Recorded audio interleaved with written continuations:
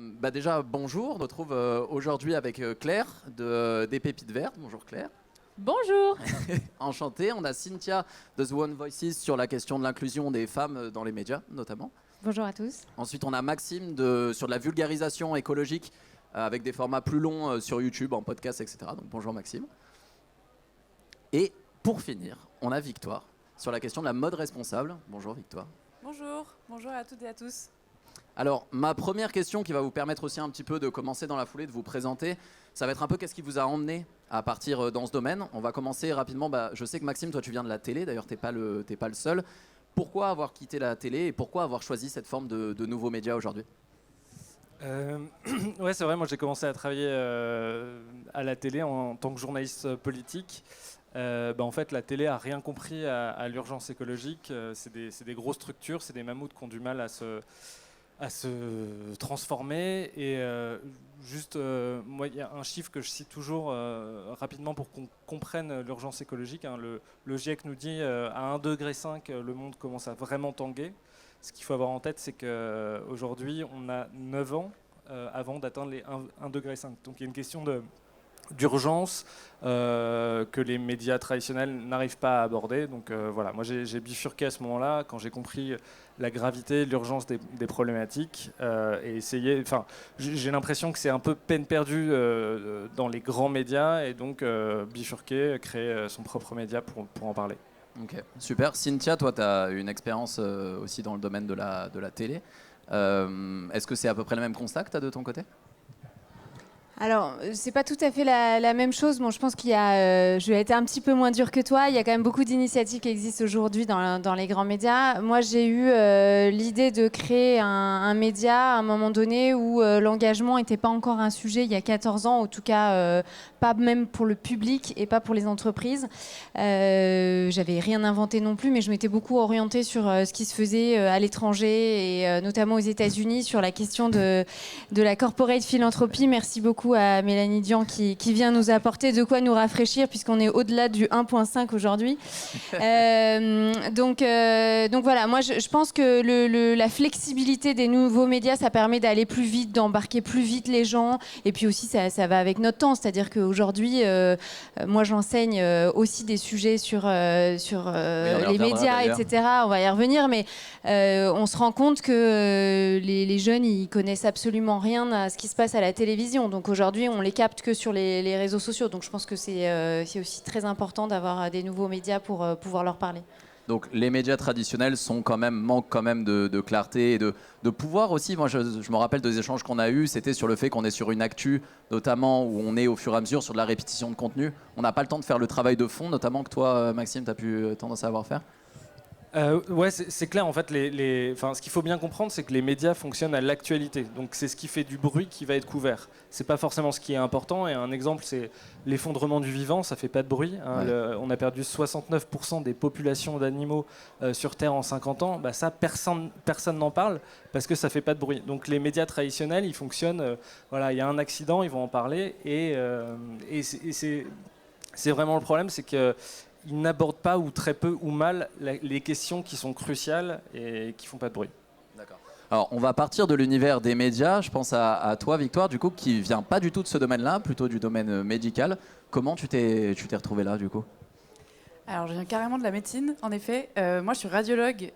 J'ai aucune formation journalistique. J'ai au départ c'est un plaisir égoïste, en fait. Je suis fascinée par la mode et par les médias en général, plutôt les magazines papier depuis que je suis enfant. Pour moi, c'était pas une option pour des raisons, peu importe, de déterminisme social, on va dire, de faire ces études-là.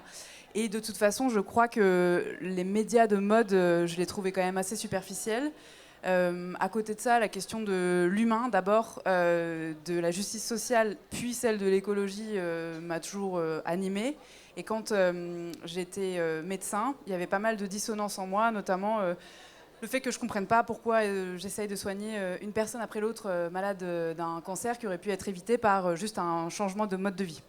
Et en creusant dans ces questions, en commençant donc par la question du jean en 2016, j'ai réalisé qu'en faisant un travail de bibliographie, en fait, de recherche, celle que j'avais appris dans dans mon background scientifique, aucun média, justement d'actualité chaude notamment, chose qu'on n'est pas du tout sur The Good Goods, mais j'y reviendrai après, ne traitait de ça, et surtout pas dans la mode. C'est-à-dire que moi, j'allais avoir un gros pouvoir d'achat. Je conseillais toutes mes copines en disant il y a telle marque, mais sur des critères esthétiques. Et le versant en fait de la production, je le connaissais pas. Et moi qui avais les clés pour le comprendre, je réalisais que c'était des efforts conséquents pour m'informer là-dessus. Je comprenais pas pourquoi personne n'en parlait.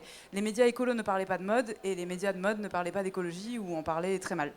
Et donc c'est comme ça qu'est né The Good Goose, qui au départ était un peu un projet à côté et que j'ai cofondé à l'époque avec mon frère.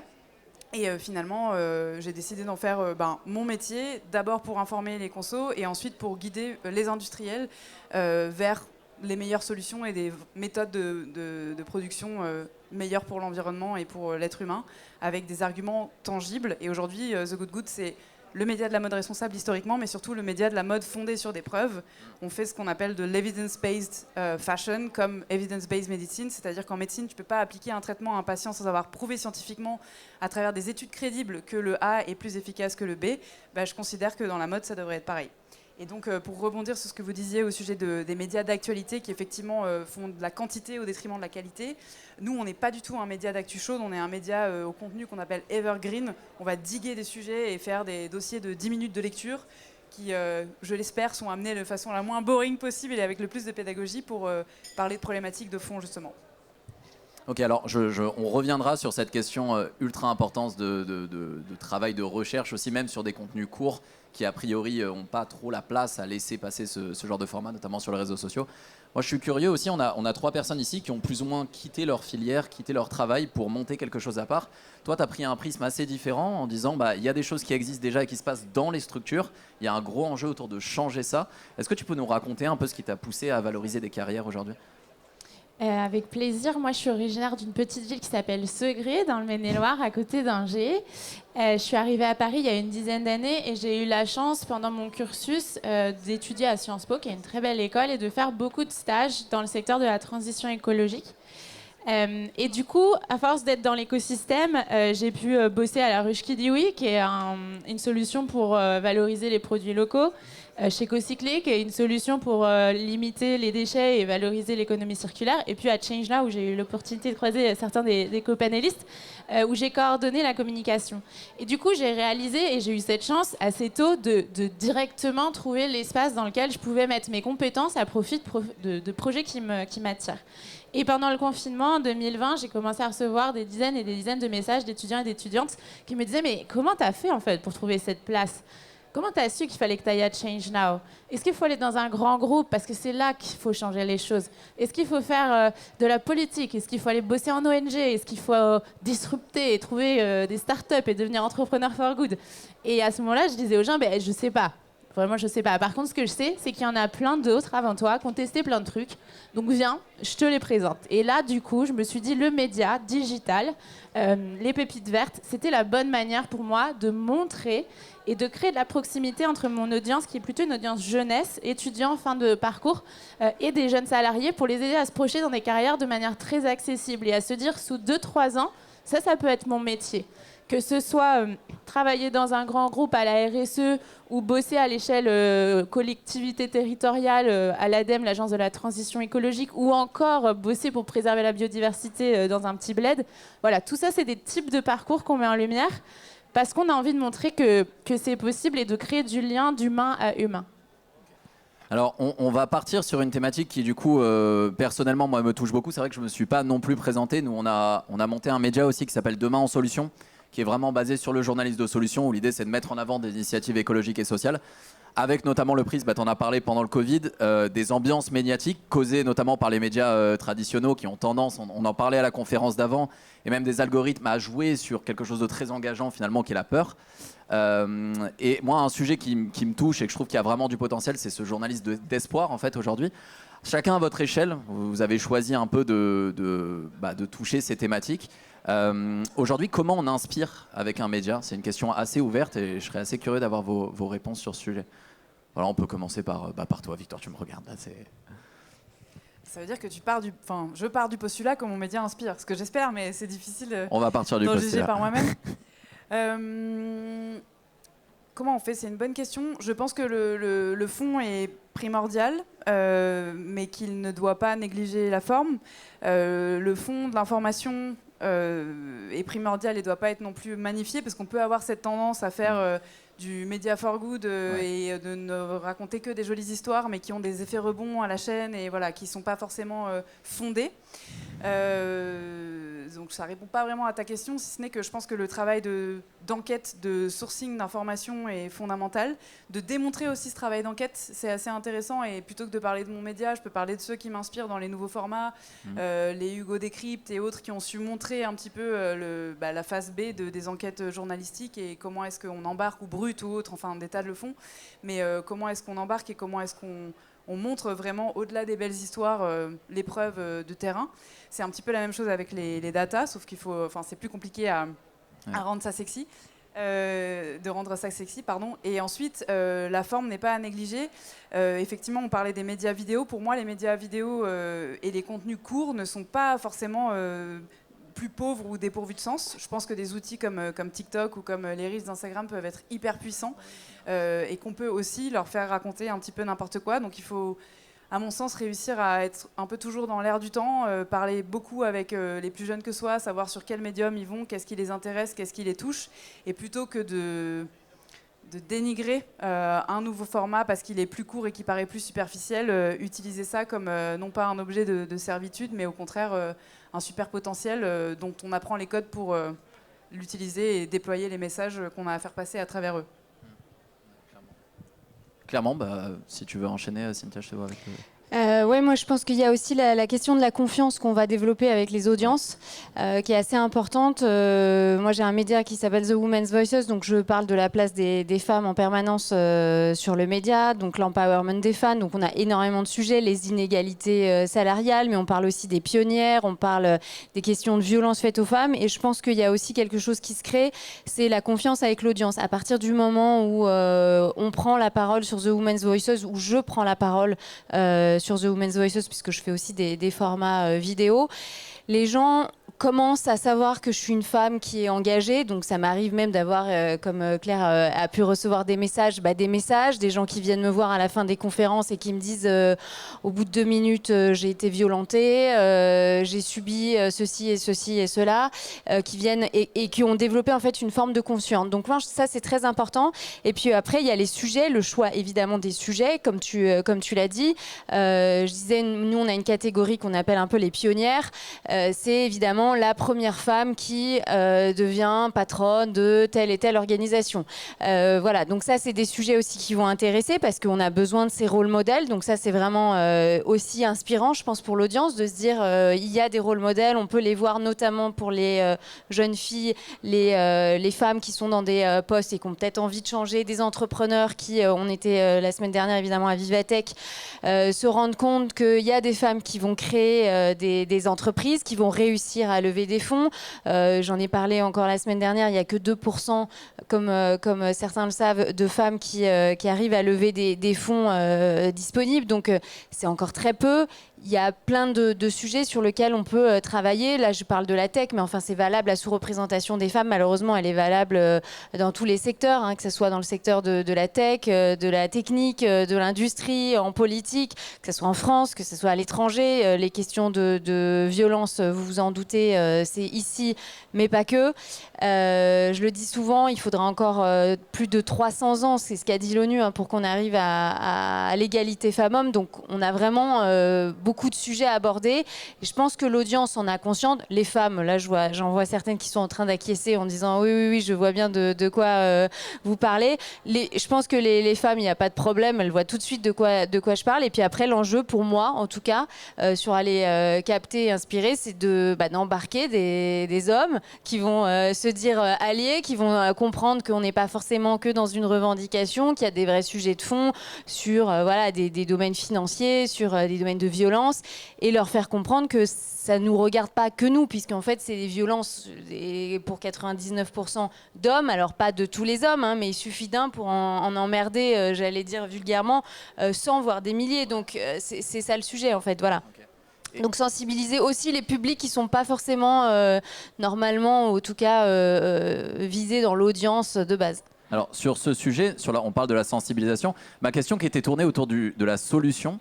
Toi aujourd'hui, parce qu'il y a beaucoup de choses à dénoncer. Alors sur le sujet des violences faites aux femmes, parmi tant d'autres, sur la question de l'égalité homme-femme ou sur plein d'autres sujets.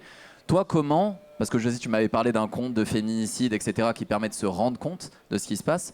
Et c'est quelque chose qui est nécessaire, comme les médias d'investigation sont nécessaires. Toi aujourd'hui, c'est quoi ton outil pour inspirer ? Pour dire, OK, il se passe ça, mais inspirer un changement au-delà du fait de dénoncer. C'est quoi que tu mets en place pour inspirer des jeunes femmes, notamment, qui regardent tes contenus C'est ce que je disais là sur la question rôle modèle. Ça, c'est hyper important d'aller trouver des femmes qui vont prendre la parole. Vous l'avez compris, le média il s'appelle The Women's Voices. Donc, c'est vraiment l'idée de booster la parole des femmes, amplifier la parole des femmes. Trouver des femmes qui vont incarner chaque sujet. Ça peut être des sujets sur des sujets qui peuvent être un peu plus légers. Là, j'ai parlé des violences, mais ça peut être question de finances, l'égalité sur la question de l'argent dans le couple, etc. Il y avait ce week-end un festival qui était organisé avec ONU Femmes dont je fais partie du conseil d'administration et il y avait une autrice qui était là qui s'appelle Titu Lecoq qui a publié un ouvrage Le couple et l'argent et les inégalités et voilà on a fait une vidéo, elle est hyper inspirante, j'avais lu ses livres, je me suis dit ça c'est vraiment une femme à qui il faut donner la parole, elle a plein d'exemples, des choses concrètes etc. à partager. Il faut trouver les figures dans chaque domaine et puis se dire il y a des figures inspirantes parmi des femmes, la mode responsable, Claire qui parle aussi d'écologie. Donc ça peut être des femmes qui prennent la parole sur mon média et aller les trouver pour en inspirer des milliers d'autres. Alors, je rebondis sur cette histoire d'experts aussi et d'aller. Je pense à toi, Maxime, dont c'est un peu l'enjeu de vulgariser aussi sur des sujets. Quand on vulgarise sur des questions écologiques où quand même beaucoup de choses vont mal, c'est un fait. C'est quoi, toi, ta manière aussi d'essayer d'apporter du positif, de dire il y a encore de l'espoir, il y a des choses à faire. Est-ce que toi, c'est pas ton rôle et tu dis moi je suis là pour expliquer des sujets que personne ne comprend sur des thématiques compliquées? Comment tu te positionnes par rapport à ça? Moi c'est pas mon rôle. Mon rôle c'est d'être le thermomètre. Je pense que les gens n'ont pas compris la gravité des sujets dont on parle. Mon rôle c'est d'essayer de le vulgariser, de le rendre accessible. Parce que quand on parle, tu parlais de journaliste de solution, peut-être que tout le monde ne voit pas ce que c'est que le journaliste de solution. C'est-à-dire qu'il n'y a pas que, on ne parle pas que des problèmes, il existe aussi à ces problèmes des solutions, donc il faut en parler. Sauf que quand on fait du journalisme de solution, c'est du vrai journalisme et il faut travailler quasiment beaucoup plus parce que les solutions en général, elles sont en jachère, elles sont en développement, donc il faut vraiment s'attacher à savoir si ces solutions, elles sont robustes. Je vais prendre un exemple, moi, qui me marque, c'est que souvent, les solutions qui sont mises en avant, les journalistes n'ont pas beaucoup de temps pour travailler, et donc vont prendre des solutions qui sont de l'ordre de la société du spectacle. Je prends un exemple, la veille du rapport du GIEC, sur France 2, le correspondant Loïc Delamornay à Washington fait un reportage de près de 4 minutes, ce qui est à la télé gigantesque, pour dire, en gros, avec CRISPR, une modification de l'ADN, on va peut-être faire revivre des mammouths. Alors là, dans le reportage, on voit des mammouths partout marcher sur le permafrost. Alors, je ne rentre pas dans le détail, mais le permafrost, c'est les sols gelés en Arctique qui sont en train potentiellement de dégager des quantités de méthane et de CO2 gigantesques et qui peuvent déstabiliser à eux seuls, à lui seul, le permafrost, le climat de la Terre. Et donc ce journaliste dit peut-être que dans 20 ans, on arrivera à ressusciter un mammouth qui peut-être aura un effet bénéfique sur le permafrost. Ça, soit dit en passant, dès qu'on parle à un scientifique sur le permafrost, il dit que c'est une hypothèse hyper farfelue. Voilà. En gros, quand on parle de solutions, il faut être hyper rigoureux scientifiquement, journalistiquement, parce que c'est beaucoup plus dur à traiter, parce qu'il y a beaucoup plus d'incertitudes. Et le travers des médias, le biais des médias, comme ils fonctionnent financièrement, majoritairement grâce à l'audience, ils ont tendance à aller vers la société du spectacle. Et moi, depuis 4-5 ans, je vois tout un tas d'entreprises, d'actions qui sont vraiment la coqueluche des médias, et on voit au bout d'1, 2, 3 ans qu'en fait, ces projets ils sont abandonnés, ils ont fait faillite, etc. Donc moi, mon rôle, il n'est pas du tout... on a chacun des lignes éditoriales. Moi, il est de vulgariser, d'informer. Je ne suis pas du tout sur cet aspect d'inspiration. Et forcément, vu de ma fenêtre, c'est toujours... faut le traiter vraiment comme du journalisme avec une rigueur assez exceptionnelle, quoi. On va revenir sur cette histoire de rigueur, mais Claire, je veux bien ton avis sur le sujet aussi, du coup. C'est super intéressant, ça fait longtemps qu'on se suit avec Maxime et effectivement, on n'a pas le même métier. À l'inverse, les pépites vertes arrivent plus à un moment où les gens sont déjà sensibilisés et en recherche de passage à l'action. Et donc moi, ce que j'aime bien dire, par exemple, quand on en est là, c'est les experts du GIEC sont univoques, les activités humaines sont responsables du dérèglement climatique, du changement climatique, du réchauffement de la planète. C'est une mauvaise nouvelle, parce que c'est un peu moche, enfin moi j'ai honte, mais c'est quand même aussi une bonne nouvelle, parce que c'est-à-dire qu'on ne parle pas de météorites, quoi. On est encore capable, en tout cas on va faire ce qu'on peut pour limiter et dévier les trajectoires. Et donc moi j'ai ce rôle de choper les gens une fois qu'ils ont compris et qu'ils sont là, mais waouh. D'ailleurs on va faire le test ici, et j'aime bien faire ce petit test. Quand on parle de transition écologique, est-ce que vous êtes OK pour partager avec nous à main levée les émotions qui sont présentes chez vous? On va le faire ensemble. Est-ce que chez vous, il y a de la peur? OK. Est-ce qu'il y a de la tristesse? OK. Est-ce qu'il y a de la colère? Et est-ce qu'il y a de la joie? Un peu. Ouais. Bon, moi, mon objectif, c'est pas du tout de délégitimer toutes les premières émotions, déjà parce que je suis personne pour délégitimer les émotions et je suis là pour vous dire embrassez vos émotions, ramenons le sensible dans le monde. Ceci dit, c'est aussi quand même d'embarquer dans cette courbe en U là et de faire remonter dans la joie grâce à l'action collective et grâce, par exemple, à justement des personnes qui montrent qu'on peut se mettre en action. Et donc, on est toujours sur comment passer à l'action à l'échelle de mon taf, sachant que c'est pas toujours facile, on n'est pas du tout là pour dire que c'est facile. C'est ça qui va rendre le truc inspirant aussi. C'est pas de dire, regardez, il y a qu'à devenir responsable RSE de la marque Yves Rocher. C'est pas ça le sujet. Le sujet, c'est aujourd'hui, on consomme des cosmétiques. Qu'est-ce qu'on fait? Bon, et Alexandra, responsable impact de la marque Yves Rocher, elle va nous dire, voilà, regardez, j'ai 26 ans, j'essaye de réduire de X% les emballages et j'essaye d'aller voir en Bretagne et nanani et nanana. Et je suis pas là pour vous dire que c'est facile, mais je suis là pour vous dire qu'on n'a pas le choix en fait. Et c'est ça qu'on aime bien au Pépites Vertes, c'est vraiment raconter les coulisses de la complexité du chemin sans jamais baisser les exigences en termes d'ambition. Et je pense que c'est très important de s'autoriser à arrêter de dire tout noir, tout blanc, et de remettre toujours ça dans un discours et dans un parcours collectif. C'est pour ça que moi, je suis très contente d'avoir été partie prenante et participante du programme Entrepreneur for Good. J'étais incubée aussi parce que nous, en tant que jeunes chefs d'entreprise, on a besoin d'être en équipe comme ça et de se motiver. Donc ça fait vraiment partie de notre petite technique pour rester inspirant face à cette situation catastrophique. Et on finit sur le positif avec une situation catastrophique, ça fait rêver. Bon, c'était pas... Ouais. Va falloir crier, je répète ta question à la limite. Ou alors, on n'a pas de micro dans l'audience, je crois. Soit crie, soit lève-toi.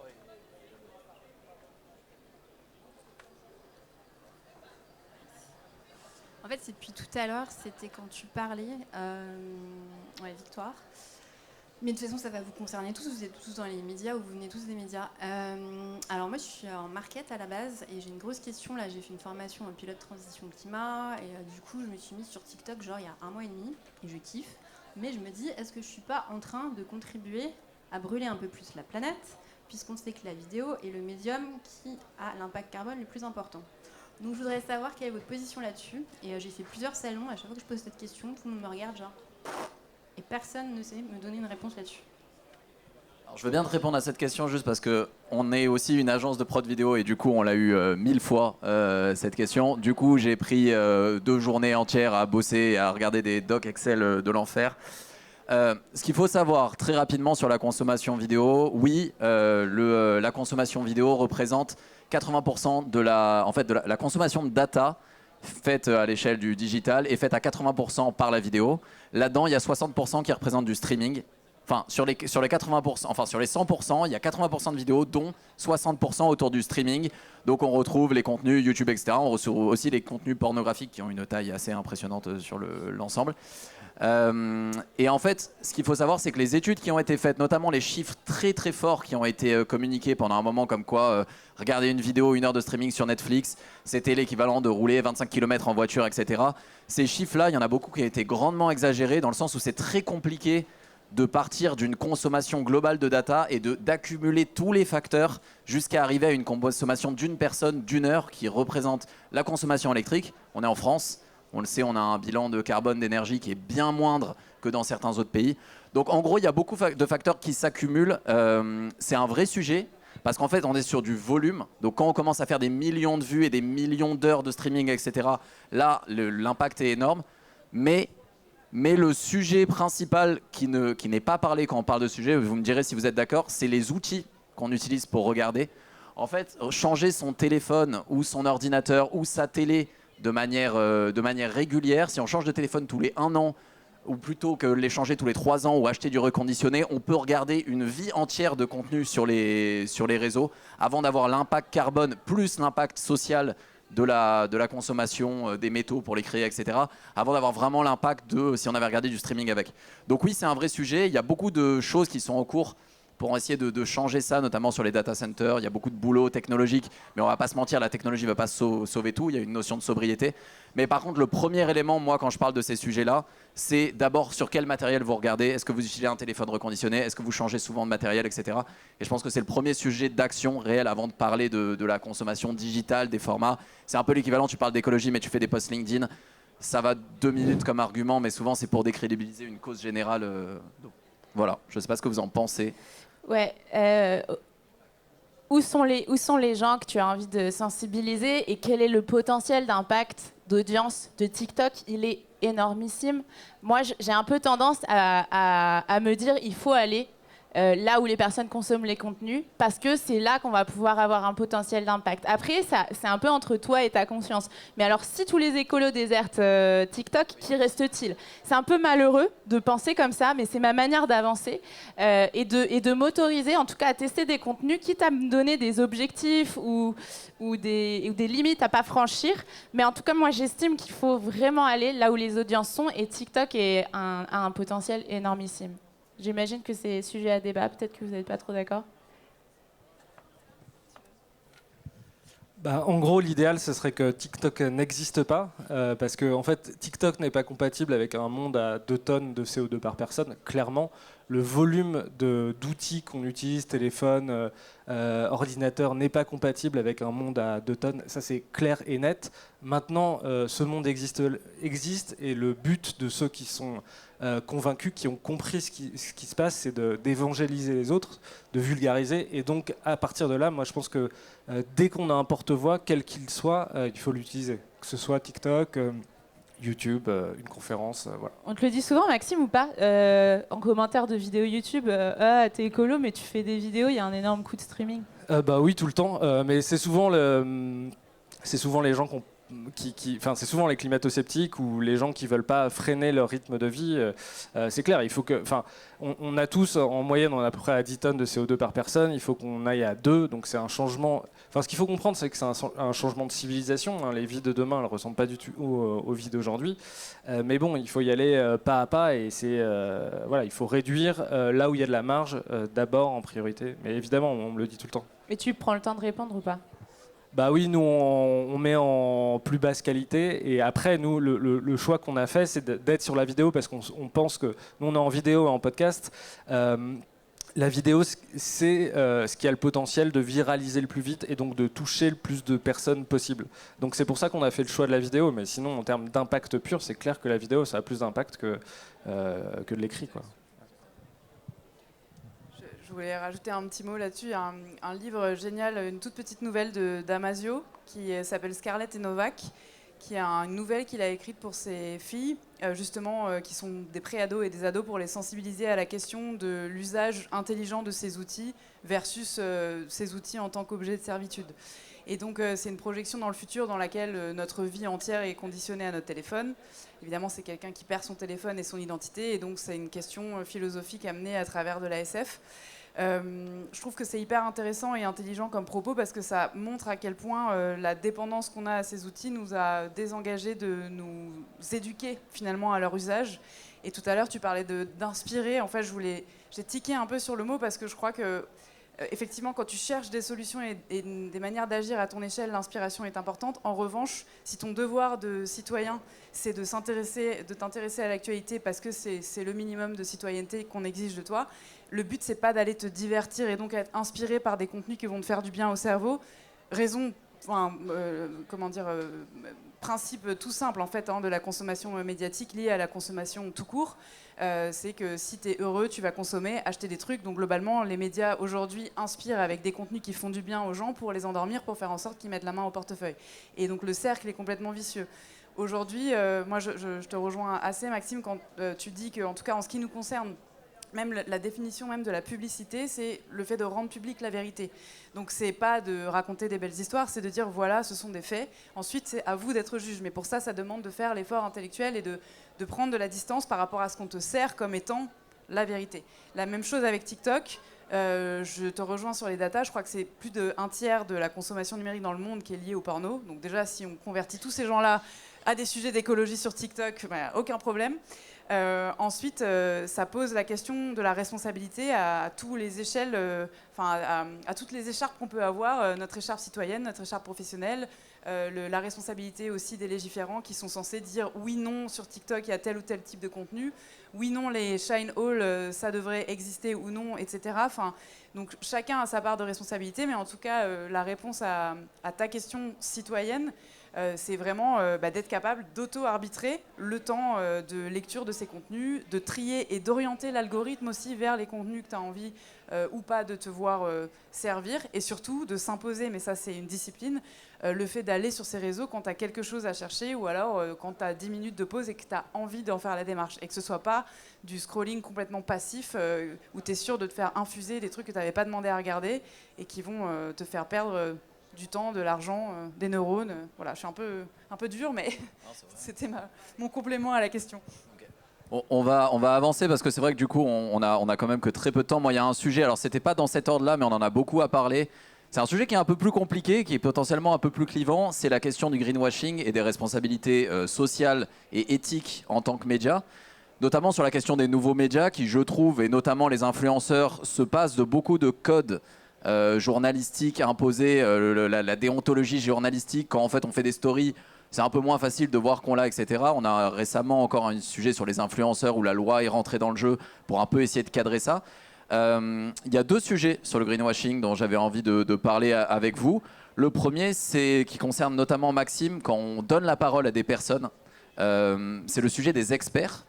Comment on choisit les personnes pour parler de certains sujets? Comment on ne succombe pas forcément aussi aux questions de certaines personnes qui sont très médiatisées, qui ont donc vu qu'il y a la logique de profit et de vue sur les médias, de ne pas interviewer telle personne parce qu'il est clivant, parce que du coup il crée du débat, de ne pas faire du Zemmour versus Mélenchon, en gros. Et comment on choisit des experts, comment on arrive à vérifier leurs informations. Donc en gros, pour la refaire la question de manière buvable, comment aujourd'hui toi tu choisis tes experts avec qui tu parles, comment tu checkes les informations qui te disent et comment tu arrives à nuancer leurs propos sur des sujets aussi compliqués que ceux que tu peux traiter? Je suis très content que tu poses cette question parce que on critique souvent facilement les médias traditionnels qui ont des gros biais. Il y a un aspect malheureusement moi que j'identifie clairement sur les nouveaux médias, c'est le phénomène moutonnier, c'est-à-dire qu'une personne va être, moi je le vois très bien dans le monde des podcasts, une personne va être à la mode, tout le monde va l'inviter, tous les podcasts sur l'écologie vont l'inviter. Et il se trouve qu'il y a plein de gens qui sont vraiment dans ce milieu-là des escrocs, c'est-à-dire des gens qui ont rien à dire, qui sont pas intéressants, ou scientifiquement carrément qui sont nuls. Comment on fait? Ça demande énormément de travail. Moi, juste pour se rendre compte, moi pour une interview, et j'ai énormément de chance de le faire, mais si on le fait pas, ça veut dire que, je peux lire 3 ou 4 livres par interview. Je lis des centaines et des centaines de rapports. Je lis des centaines et des centaines d'articles scientifiques. Et en fait, il faut avoir énormément de temps si on veut faire un travail rigoureux scientifiquement. Moi, une de mes plus grandes fiertés, c'est quand j'invite des gens, je vais citer par exemple Pierre Friedlandstein, qui est le mec qui comptabilise le CO2 auprès du Global Carbon Budget et qui fait le travail pour le GIEC. C'est un mec que jamais vous allez entendre ailleurs. Ça, c'est pour le côté autopromo. Mais franchement, si on veut interviewer des gens qui sont compétents, ça veut dire aller regarder vraiment dans l'intimité des études, passer des centaines d'heures, parce que c'est des sujets qui sont complexes, à essayer de comprendre qui est bon, qui est pas bon, connaître les outils comme Google Scholar ou ResearchGate pour voir qui publie, qui ne publie pas. Déjà, il y a un truc qui est tout simple, mais que très peu de gens font, c'est-à-dire qu'un chercheur, un scientifique, ça publie. Si sur son profil, il n'a pas de publication, c'est pas un chercheur. Et il y a plein de gens qui sont invités sur tous les plateaux qui n'ont jamais publié une étude scientifique. Donc voilà, il faut se baser sur ces critères-là et il faut vraiment que les nouveaux médias qui ont plein de vertus fassent attention à ce côté moutonnier, parce que tout simplement, ils vont aller chercher les gens qui font le plus d'audience, et c'est un travers qu'on peut comprendre, c'est un biais qu'on peut comprendre, mais contre lequel il faut lutter. Et pour lutter contre ça, malheureusement, il faut prendre beaucoup de temps, et c'est aussi pour ça que les gens ne le font pas, c'est que une bonne interview, aller chercher des gens qui sont vraiment crédibles, ça prend énormément de temps. Alors, j'ai juste une question, puis après on passera. J'ai notamment une question pour toi, Claire, et pour Victoire sur la partie business model, argent. Est-ce que ça t'est déjà arrivé de regretter des interviews, de revenir en arrière sur des choses qui ont été dites, de corriger des informations, avoir ce genre de retour? Ouais, ça m'est arrivé de regretter des interviews parce que je connaissais pas assez bien le sujet. La première fois que j'ai traité de l'hydrogène, par exemple, j'ai interviewé un mec qui en fait était très technosolutionniste. À chaque fois que j'essayais de lui faire parler sur les implications du... En fait, l'hydrogène, c'est un vecteur, hein, c'est-à-dire que c'est comme l'électricité, il faut produire de l'hydrogène avec avec de l'électricité ou avec du gaz. Aujourd'hui, on le produit beaucoup avec du gaz, et il y a une perte de rendement qui est de l'ordre d'un tiers. Donc il faut toujours avoir les ordres de grandeur en tête, c'est-à-dire qu'il faut 3 fois plus d'énergie pour créer de l'hydrogène, une quantité définie d'hydrogène. Et donc, en fait, la personne que j'avais interviewée était pas très, elle était très militante dans son aspect technosolutionniste. Donc ça, c'est un premier regret. Et après, il peut y avoir aussi des choses qui sont plus de l'ordre. Moi, j'ai interviewé quelqu'un qui a écrit un bouquin hyper intéressant qui s'appelle Léo Cohen sur. C'est un mec qui était à l'intérieur du ministère de l'écologie, et en fait son livre est passionnant, ce qu'il raconte c'est un témoignage, donc de toute manière c'est pas faux. En revanche, c'est un plagiat d'une journaliste qui avait enquêté pendant 3 ans, qui l'avait interviewé lui sur le ministère de l'écologie, et elle a sorti son livre 10 jours après, donc il l'avait phagocyté. Mais bon, ça, je regrette, mais ce qu'il dit, c'est pas faux, donc pour le coup, je vais pas aller dépublier. Et oui, il m'est arrivé d'interviewer aussi quelqu'un où je me suis rendu compte qu'il avait dit des grosses bêtises, et pour le coup, j'ai dépublié l'interview parce que, franchement, notre responsabilité, elle est forte, et elle est de pas faire passer de contre-vérité, de choses fausses. Le journaliste, c'est un rapport à la vérité. Et si on a dit des choses fausses, il faut dépublier, il faut faire amende honorable. Voilà. Okay, c'est ce que tu disais notamment sur la question de créer, d'avoir avec une communauté un lien de confiance aussi qui serait. Est-ce que je peux hacker Cynthia, ça fait longtemps que tu es dans l'écosystème. Sur le sujet du greenwashing, est-ce que tu pourrais nous dire comment toi tu l'as vu évoluer? Je suis désolée, hack, ça fait longtemps que j'ai pas vu Cynthia. Et je pense que ça pourrait être intéressant en tant que pionnière que tu nous racontes cette évolution-là. Alors, merci Claire de te souvenir que je suis bien plus âgée que toi. Donc en effet, moi j'ai créé un premier média qui s'appelle Charity il y a 14 ans. Donc sur la question du mécénat social, environnemental et culturel, et à une époque où la philanthropie n'existait pas vraiment en France, que je disais tout à l'heure. Et la première des choses, ça a été de voir que les entreprises ne faisaient pas. Donc elles ont commencé à s'intéresser à ces sujets-là. Elles étaient déjà pas du tout à l'aise pour en parler. Moi, j'essayais de les approcher pour comprendre ce qu'elles faisaient, ce qu'elles essayaient de transformer, etc. Et ça m'est arrivé plusieurs fois d'avoir des patrons qui me disent alors je vais pas pouvoir prendre la parole sur ce sujet-là pour une simple et bonne raison. Je vous donne un exemple, une marque de cosmétiques où moi je m'intéressais à une ligne bio qui allait être lancée, pareil pour une marque on va dire de joaillerie éthique. Et on me répondait en fait on peut pas prendre vraiment la parole sur ce sujet-là parce que en gros tu vas nous poser la question de s'il y a ça qui est éthique, qu'est-ce qui se passe avec le reste? Et évidemment, j'allais poser la question, tout le monde s'en doute.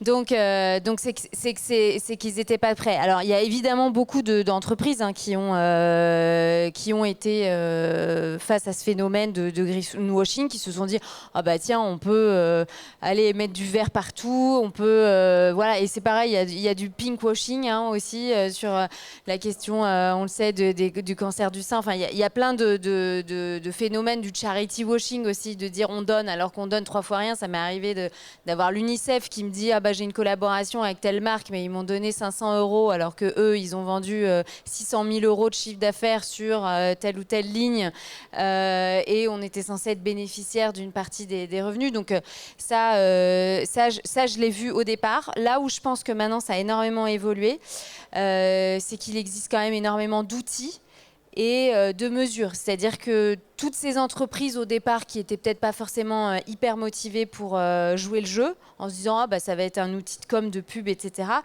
Bah, petit à petit, les patrons ont vu qu'on les interrogeait là-dessus, donc les types ont envie d'être performants, je vais être très claire, et donc ils ont demandé à regarder quand même un peu les chiffres et à les améliorer d'année en année. Il y a quand même énormément d'obligations. Moi, j'ai commencé avant qu'on parle d'entrepreneuriat social et solidaire. J'ai eu le temps de faire un doctorat sur la RSE, puisque vraiment à cette époque-là, on n'en parlait pas beaucoup. Et ce que je vois, c'est qu'il y a de plus en plus quand même d'obligations.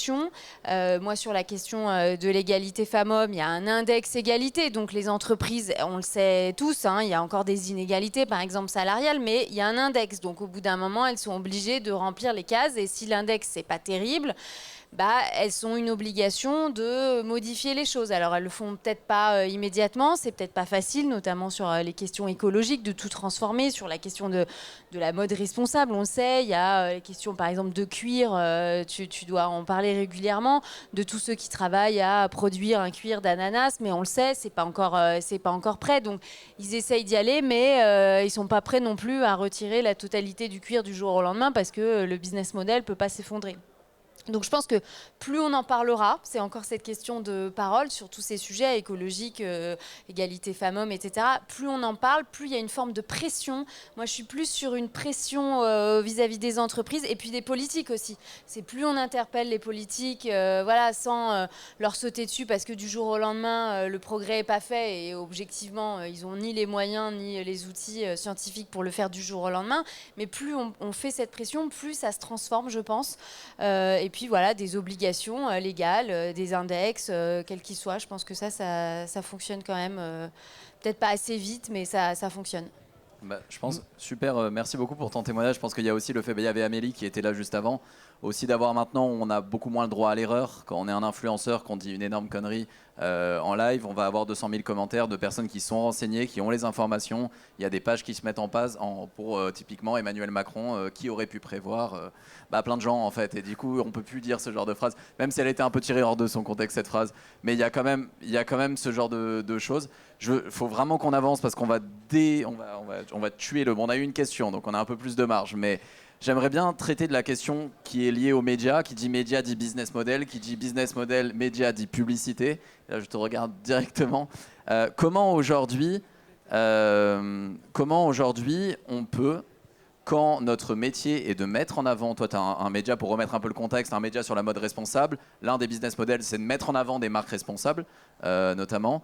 Comment on peut vraiment faire face au fait que des fois il y a des marques qui sont, on en parlait tout à l'heure, des fausses solutions ou des informations qui ne sont pas assez nuancées. Comment on combine la publicité et la nuance nécessaire à une information de qualité? Comment tu vis ça aujourd'hui? Merci beaucoup de poser la question parce que ça arrive jamais qu'on me la pose et pour moi c'est fondamental que ce soit clair. Donc The Good Good, c'est un média digital qui se compose d'un site web principalement, dans lequel vous retrouvez une section qui s'appelle Manifeste et à propos, dans laquelle l'entièreté de notre modèle économique et notre manière de travailler est décrite. On a également donc une présence sur l'ensemble des réseaux sociaux et 2 newsletters. Aujourd'hui, fonder un média indépendant, quand je dis indépendant, c'est indépendant financièrement, qui ne dépend pas d'un fonds ou d'un groupe de médias, qui soit économiquement viable, c'est une énorme tannée, en particulier en France. Quand, en plus de ça, on a une intégrité éditoriale spécifiques comme liées à l'écologie et aux engagements sociaux et qu'on souhaite au plus possible se détacher du modèle classique d'annonceur, c'est galère plus. Donc la recette pour s'en sortir, en tout cas la nôtre, celle qu'on a choisie, elle repose sur 3 piliers. Le premier, c'est la diversification. Le deuxième, c'est l'information, la manière dont on se renseigne en fait pour parler de ce qu'on raconte. Et le troisième, donc, c'est l'intégrité. Je vais détailler les trois. Diversification, qui est probablement le plus important. La partie visible de l'iceberg de The Good Goods, effectivement, sur le site web, sur les médias, vous pouvez y voir des contenus qui sont sponsorisés. Ces contenus représentent à peu près 10% de notre activité économique globale. Dans ces 10%, vous divisez les contenus qui sont B2C, donc une marque de mode responsable qui vient nous voir en disant « Est-ce que vous pouvez nous aider à communiquer sur notre engagement ou notre nouvelle collection ?» Et on a la majorité des contenus, c'est du B2B, c'est-à-dire que moi, mon métier, qui est moins visible sur The Good Goods, et qui prend de plus en plus de place sur la version qu'on a sortie il y a 3 semaines, c'est d'être l'interface entre les acteurs de l'industrie. Les petits porteurs de solutions, qui sont parfois des caricatures de geeks qui ont sorti des solutions incroyables en faveur de la traçabilité, en faveur d'une nouvelle matière, en faveur d'une mesure d'impact, ou qui ont développé une machine laser qui permet en France de récupérer des stocks d'invendus pour faire de l'upcycling à grande échelle et qui veulent être en contact avec des grands groupes du mass market, du luxe, etc., et qui ne savent pas à quelle porte taper. Mon rôle, c'est de leur donner de la visibilité, mais auprès des acteurs industriels, et évidemment de servir de filtre pour savoir si leur solution est effectivement une fausse solution, ou si au contraire elle est vraiment vertueuse. Donc ça, c'est la première chose, diversification du modèle, ne serait-ce que sur la partie annonceur. La majorité de notre modèle économique repose sur 2 autres piliers que sont les paywalls. Aujourd'hui, on a des contenus qui sont accessibles avec, sous abonnement, en fait, principalement des contenus qui sont dédiés aux professionnels, qui sont des contenus gratuits, qui ne sont pas payés, mais qui sont payants pour les gens qui les lisent. Et donc ça va être des contenus apprenants dont on choisit l'intégralité. Par exemple, récemment, qu'est-ce que la triple comptabilité carbone ? Comment tu définis ta raison d'être quand tu es une entreprise ? Comment est-ce que tu mets en place une analyse de matérialité ? Voilà, des sujets brainy que personne n'a envie de se taper et qui pourtant sont indispensables et qui ne sont pas, pour moi, à reléguer au pôle RSE, qui est le 18e étage poussiéreux du fond d'une entreprise. C'est au contraire admettons un exemple, une boîte de luxe, un des 3 gros groupes de luxe qui vient me voir en me disant « Est-ce que je peux avoir 500 abonnements pour le corporate parce que je pense que vos contenus sont d'utilité professionnelle pour mes équipes et j'aimerais qu'ils aient accès de façon illimitée à ce que vous proposez. » De la même manière que tu peux être abonné au Monde, à Mediapart, à Business of Fashion, etc. Ça, c'est le deuxième pilier. Le troisième pilier, c'est le conseil à travers du contenu que je donne moi en tant qu'intervenante, donc soit en conférencière, soit en modératrice, en anglais, en français, principalement pareil pour du B2B, sur des événements professionnels ou bien au sein des entreprises qui me commandent spécifiquement une conférence sur comment gérer mes invendus en tant que marque de mode, à titre d'exemple. Toujours lié à la mode et au textile. Ça, c'est juste pour la partie diversification. Ensuite, il y a la partie investigation.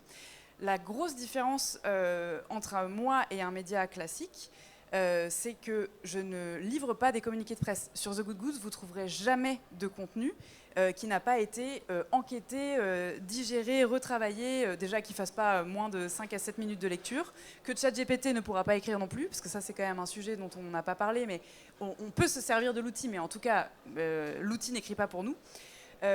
Donc ça c'est la deuxième chose, et on se base sur, comme tu l'expliquais, des critères qui sont scientifiquement valides. C'est-à-dire que moi, mes outils de recherche, c'est des plateformes comme PubMed, NCBI, des revues scientifiques qui ont ce qu'on appelle des impact factors, c'est-à-dire des indices qui permettent de classifier leur crédibilité au sein de la communauté scientifique et de l'intelligentsia, on va dire, mais dont je viens, et c'est parce que j'ai un parcours dans lequel j'ai été formée. Donc j'utilise des outils encore aujourd'hui que j'utilisais pour ma thèse de médecine ou mes différentes publications à l'époque. Et ça, effectivement, tous les journalistes n'y sont pas formés, et c'est très particulier c'est très relatif à notre modèle.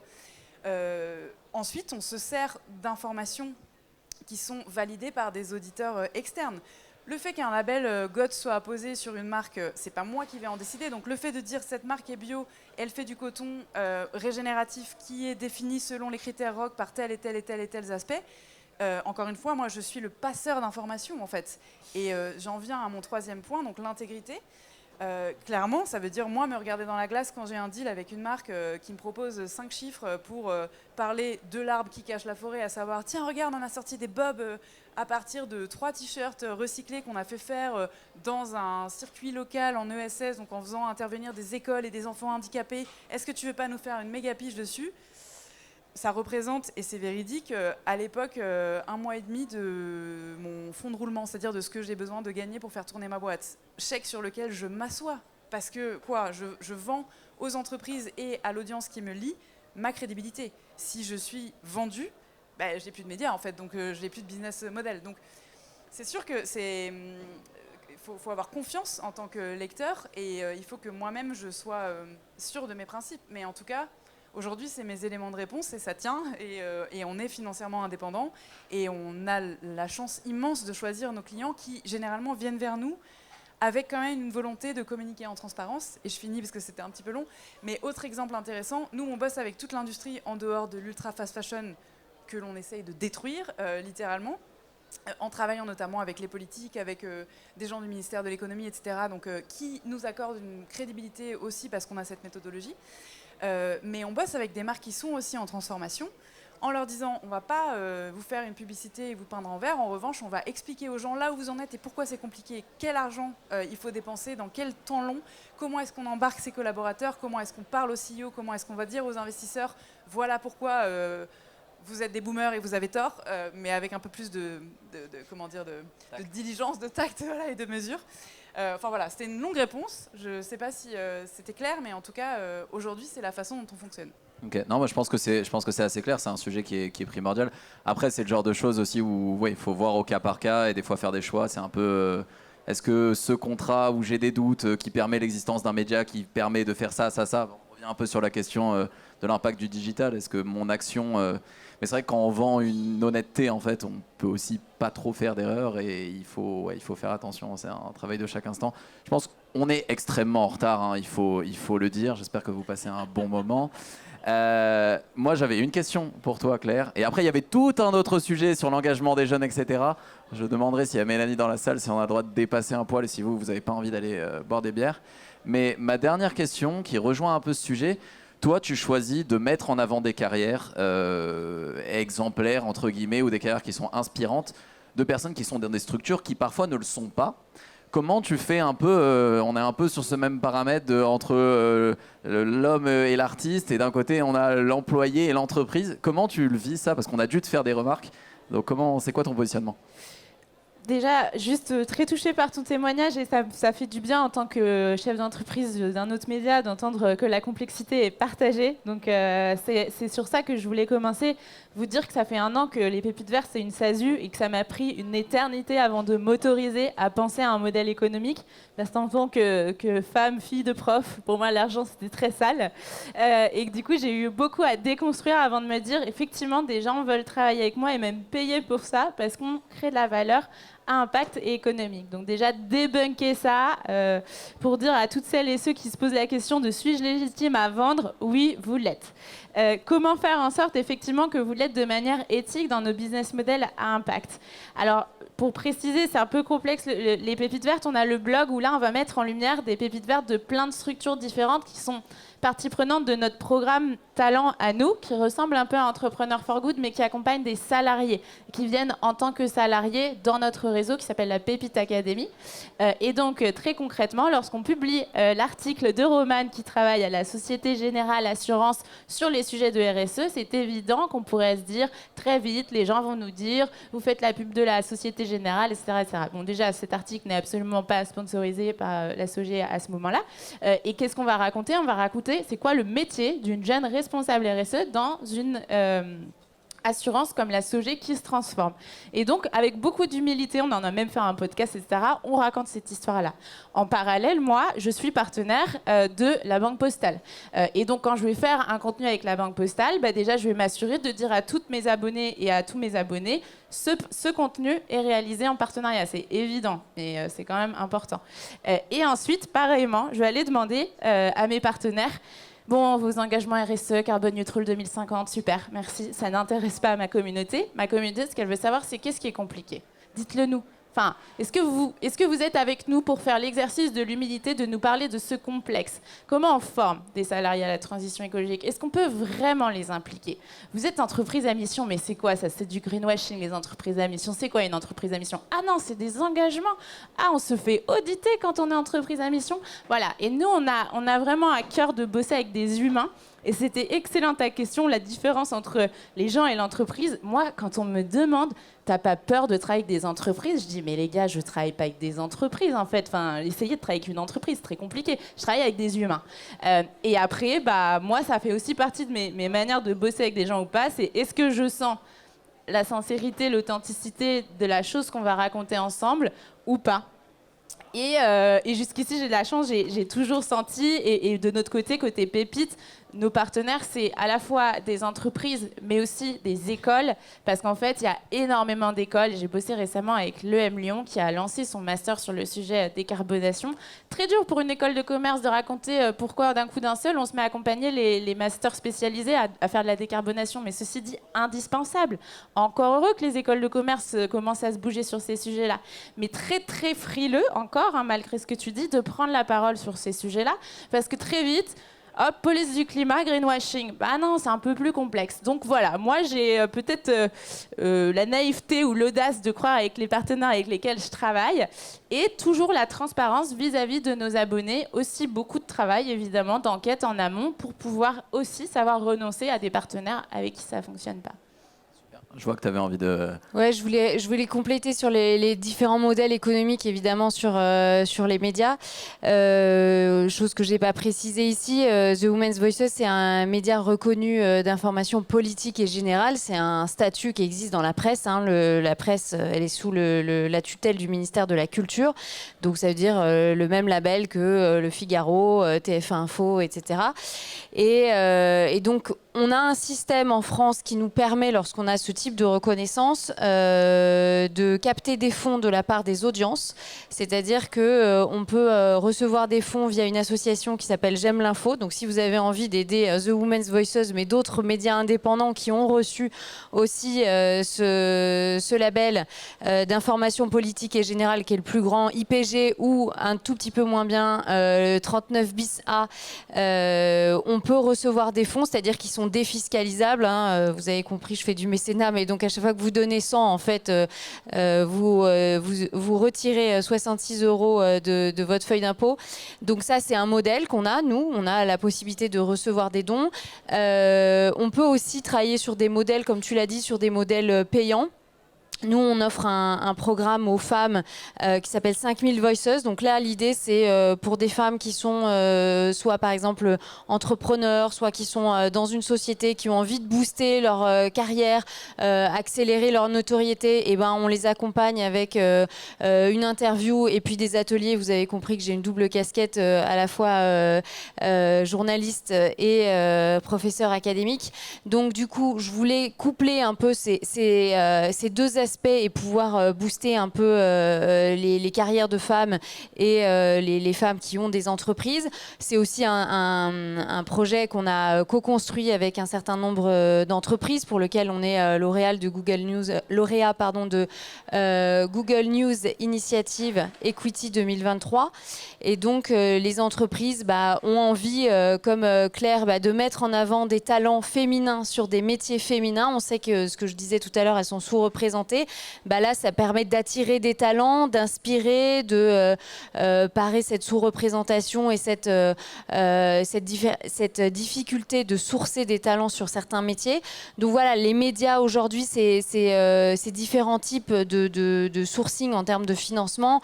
Pas trop de publicité, parce que c'est vrai que les nouveaux médias, on n'est pas du tout câblé pour avoir des pop-up qui arrivent, enfin en tout cas de moins en moins, avec des publicités classiques, etc. Alors peut-être que certains, je ne sais pas, d'entre vous le font avec des vidéos où il y a de la publicité qui commence, mais d'abord c'est très compliqué, il faut faire des centaines de milliers, voire des millions de vues avant de pouvoir espérer quelque chose.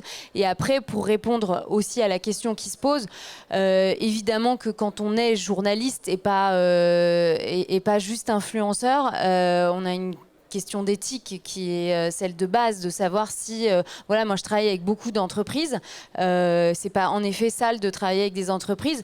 Par contre, demain, il y en a un qui a un scandale d'harcèlement sexuel, je le révélerai comme n'importe quel média d'information politique et générale, parce que c'est mon rôle en fait. Donc, même si j'ai eu un contrat avec eux, ça n'empêchera rien du tout. Voilà. J'aimerais juste rebondir sur le fait sur les pubs. Je suis d'accord avec toi qu'on quitte un peu l'ère des pubs ads, etc. Mais je trouve que justement, et c'est pour ça que c'est un sujet qui est essentiel, on est dans une ère qui est encore plus vicieuse, on va dire. On est sur des médias qui sont incarnés, comme beaucoup, enfin certains d'entre vous, pas tous du coup, mais qui sont incarnés par des personnes qui jouent sur cette confiance pour faire des contenus semi-publicitaires. Et c'est encore plus dangereux quand des personnes à qui on fait confiance vous disent achetez ça, en précisant qu'à moitié, qu'ils sont payés pour le faire, qu'ils prennent 50% de commission. Donc au final, quand on avait une pub avant une vidéo YouTube, le créateur a rien à voir avec la pub qui est là et on peut faire la différence. Et justement, je trouve que c'est là où il faut faire très attention à ces nouveaux médias mi-digitaux, c'est pour ça qu'il y a des régulations sur la question des influenceurs. Sur la question des journalistes, moi j'ai une carte de presse, voilà, on a une reconnaissance, donc on a une obligation un peu de respecter tout ça. Et sinon, on perd cette accréditation. Hein. Moi, si j'ai plus de X% de contenu publicitaire sur mon média, je perds tout ça en fait. Hein.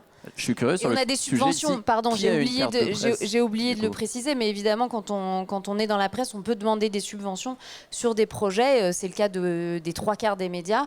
Il existe des subventions publiques, donc ça permet aussi d'avoir une partie qui est financée de cette manière-là. Toi, tu disais du coup que tu avais une carte de presse. Est-ce que c'est le cas pour vous ? Pas du tout, et je tiens vraiment à rappeler qu'on ne se présente jamais comme journaliste. Effectivement, on est un média. Moi, je suis créatrice de contenu et je vais plus être apparentée à une influenceuse. Et je pense que c'est important d'avoir de la transparence sur ce sujet-là. Donc, merci beaucoup de l'avoir rappelé. C'est complètement différent. Okay. Et pour les deux autres personnes ici, moi, je sais que non. Vous deux ? Moi, j'ai jamais demandé parce que la commission de la carte de presse, c'est un peu relou. Donc, étant un peu phobique administrativement, je l'ai jamais demandé. Okay. En fait, ça ne sert pas à grand-chose. Alors moi, je suis en plein dans les démarches pour qu'on soit reconnu comme étant un organisme de presse, principalement pour des raisons de facilité d'embauche des pigistes et de journalistes avec qui tu veux bosser, et aussi pour avoir une carte qui te permet d'avoir accès un peu plus facilement à différents événements. Après, je me présente jamais non plus comme journaliste parce que j'en ai pas la formation, j'en ai pas la légitimité et je ne le suis pas. C'est un peu difficile à définir. Moi, je me présente comme entrepreneur.